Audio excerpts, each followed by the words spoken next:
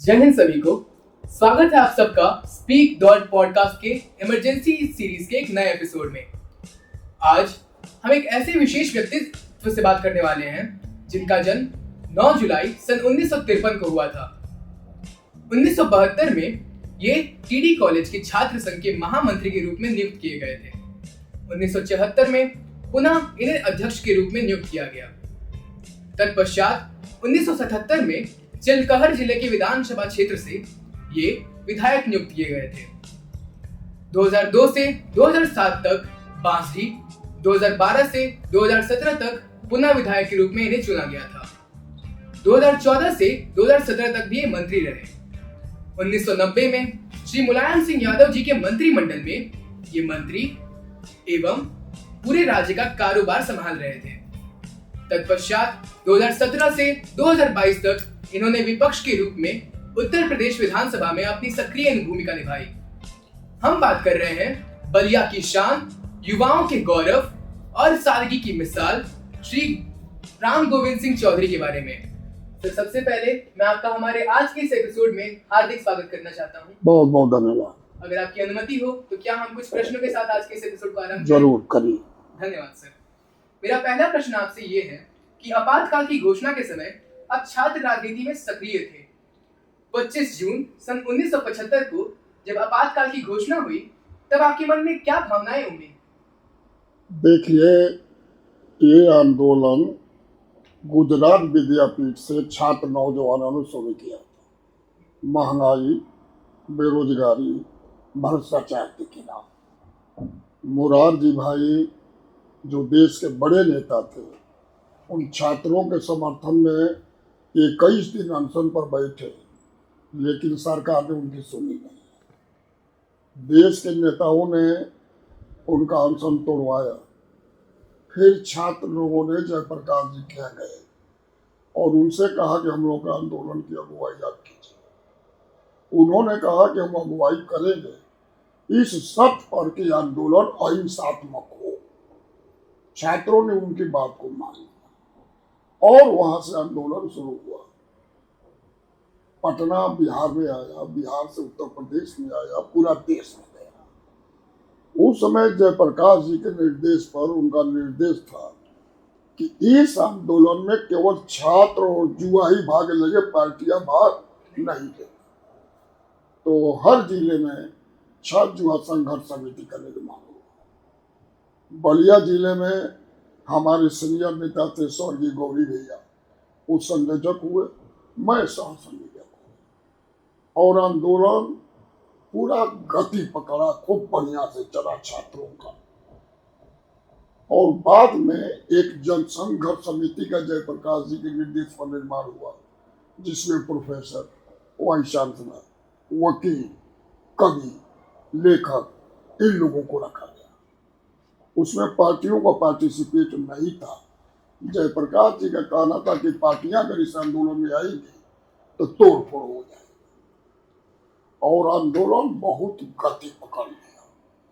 छात्र जैसे बलिया में हजारों हजार की संख्या में हम लोग प्रदर्शन निकालते थे। 9 घंटा रेल को बंद कर दिया। पूरे जिले में यातायात हम लोगों ने बंद किया। हर दफ्तर में, एक दफ्तर में दिन भर मीटिंग करके उसके भ्रष्टाचार के खिलाफ हम लोग भाषण दिए। आते इसी में राजनारायण जी ने इंदिरा गांधी के चुनाव के खिलाफ रिट दाखिल किया। उसमें इंदिरा गांधी हार गई और यही से मोर आंदोलन ले लिया। ये आंदोलन संपूर्ण क्रांति के नाम से था, पूरी व्यवस्था परिवर्तन। लेकिन जब वो हार गई तो उन्होंने देश में इमरजेंसी लागू। और जब देश में इमरजेंसी लागू किया तो सारे नेताओं को जेल में, छात्र नेताओं को बंद कर दिया। हम अपने क्वार्टर से आए, एक भेगुट टी स्टाल है बलिया में, वही हम लोग सवेरे से हम लोग चाय पीते थे। वहां आए तो पता लगा कि देश में इमरजेंसी लग गई। जयप्रकाश जी, चंद्रशेखर जी गिरफ्तार हो गए। तो हमने रिक्शा पर माइक बनवा के 2 लोगों को बैठा करके बलिया बंद करने के लिए हम लोगों ने कहा कि अब बलिया आज बंद रहेगा। जयप्रकाश जी चंद्रशेखर की गिरफ्तारी की गिरोह। रिक्शा उकडेगंज चौक के पास गया तो रिक्शे को भी माई को भी जो दो लोग थे, सुशील पांडे एक और आदमी था, उनको पुलिस ने चौकी में बैठा दिया। वो रिक्शा वाला गुंगा था, हम लोगों का चेला था। वो इशारे में आया, कहा कि मैंने दोनों लोग बंद हो गए, हमारा रिक्शा भी बंद हो गया। हम गए तो हमको भी बैठा लिया गया चौकी, और पता ये चला कि हम लोगों की गिरफ्तारी हो रही है। मैं चौकी फान के भाग गया, बिल्कुल भाग गया वहां से। और अंडरग्राउंड आंदोलन में वो 3 महीना चला, और लोगों का भय खत्म हो, जेल भरो आंदोलन हम लोगों ने शुरू किया। हम थे, त्रिलोकी पांडे थे, एक विद्यार्थी परिषद के हमारे नेतृत्व नेता थे। उसमें अजय सिंह थे, वो जन संघर्ष समिति के संयोजक थे, वकील थे, उनकी मृत्यु हो गई।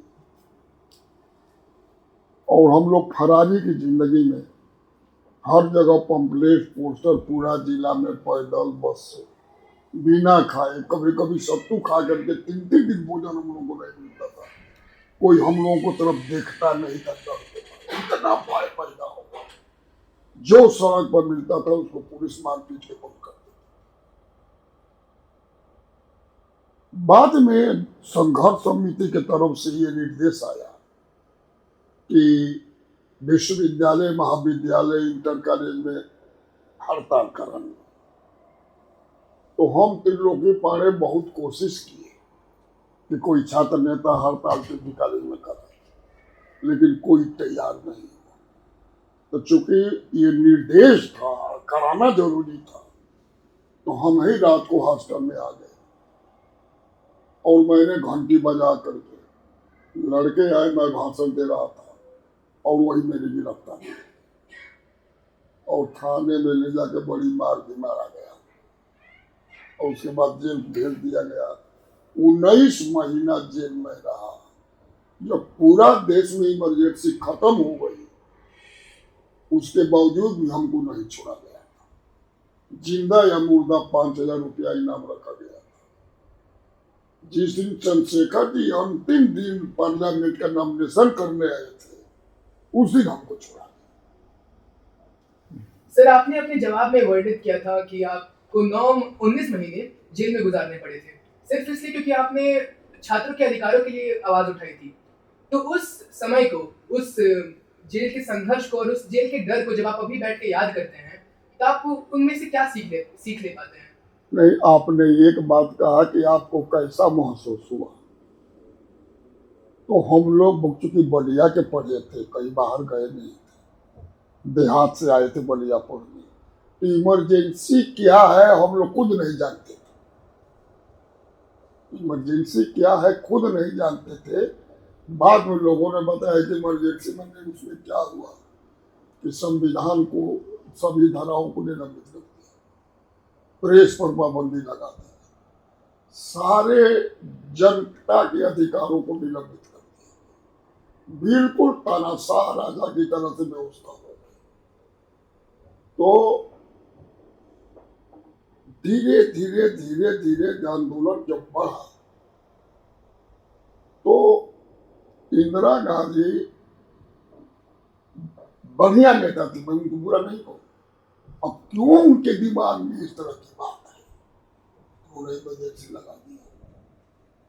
और उनके सीआईडी के लोगों ने उनको रिपोर्ट दी कि आपके पक्ष में माहौल बहुत बढ़िया हो गया है। तो उन्होंने इमरजेंसी हटा दिया, चुनाव का घोषणा कर दिया। और जनता में इतना क्रोध था कि 85 सीट थी उसमें एमपी की, 85 की 85 जनता पार्टी जीत गई। इंदिरा गांधी और संजय गांधी भी हार गए। और इमरजेंसी बहुत कठोर थी। मैंने कोई सड़क पर निकलता था तो लाठीचार्ज, बेमतलब को लोगों को पकड़ लीजिए। हम लोग जेल से आते थे, नारा बोलते थे तो फिर मुकदमा का 38 मुकदमा जेल से कचहरी आने और जाने में लगा और 2 मुकदमा पहले। हमारा घर गांव गोसाईपुर पूरक हो गया पूरा घर, और बलिया जिस डेरे में रहते थे वो पूरा घर को। सर, मेरा अगला सवाल आपसे रहेगा कि आज की युवा पीढ़ी को अब ऐसा क्या संदेश देना चाहेंगे ताकि उनका भविष्य अच्छा हो सके, उज्जवल हो सके? ऐसी क्या बातें हैं जो कि उन्हें पाठ्य पुस्तकों में पढ़ने को नहीं मिलती हैं? आज जो पढ़ाई हो रही है उसमें न देश के विषय में, न देश के संघर्षों के विषय में, आजादी के लड़ाई के समय कौन क्या परिस्थिति उसके विषय में, आज क्या परिस्थिति है उसके विषय में, और इमरजेंसी के जमाने में क्या परिस्थिति है उसके विषय में, जो बेरोजगार, भ्रष्टाचार, महंगाई, कानून व्यवस्था ध्वस्त हो जाना, इस पर आंदोलन हुआ था। संपूर्ण क्रांति माने पूरी व्यवस्था परिवर्तन हो जाए। तो व्यवस्था परिवर्तन नहीं हुआ जनता पार्टी के बनने के बाद, वो ज्यों के त्यों है, और संपूर्ण क्रांति का आंदोलन आज तक अधूरा रह गया। मैं नौजवानों से बार बार इस बात का आह्वान करता हूं कि एक पढ़ाई 2 तरह की है। एक पढ़ाई है कि हम पढ़ेंगे तो हमको नौकरी मिलेगी, एक पढ़ाई ये है कि हम पढ़ लिख के समाज सेवा करेंगे। तो आज के नौजवान को न आजादी की लड़ाई के विषय में जानकारी है, और न इमरजेंसी के जमाने के छात्र जो 74 से छात्र युवा संघर्ष समिति चली उसके विषय में जानकारी। पढ़ाई में भी बिल्कुल नया टेक्निकल शिक्षा आ गई, और ऐसी शिक्षा आ गई है कि छात्र उसी में रात दिन मर रहे हैं।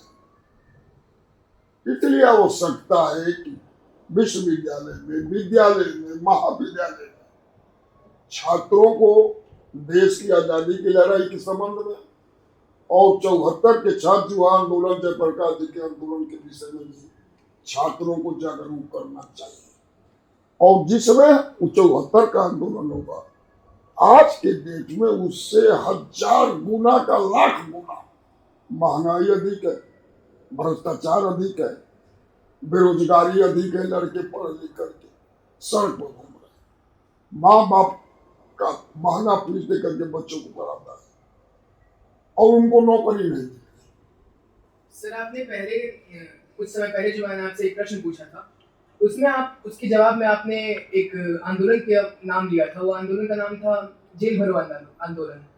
ऐसे आंदोलन हम आमतौर पे किताब पे नहीं पढ़ते हैं, ये या तो हम मुंह जुबानी सुनते हैं अपने दादा परदादा से, या फिर ऐसे लोग जो कि विद्वान हैं उनसे पता चलता है। तो क्या आप बता सकते हैं कि आखिर ये जेल भरो आंदोलन था क्या, उसमें हुआ क्या था?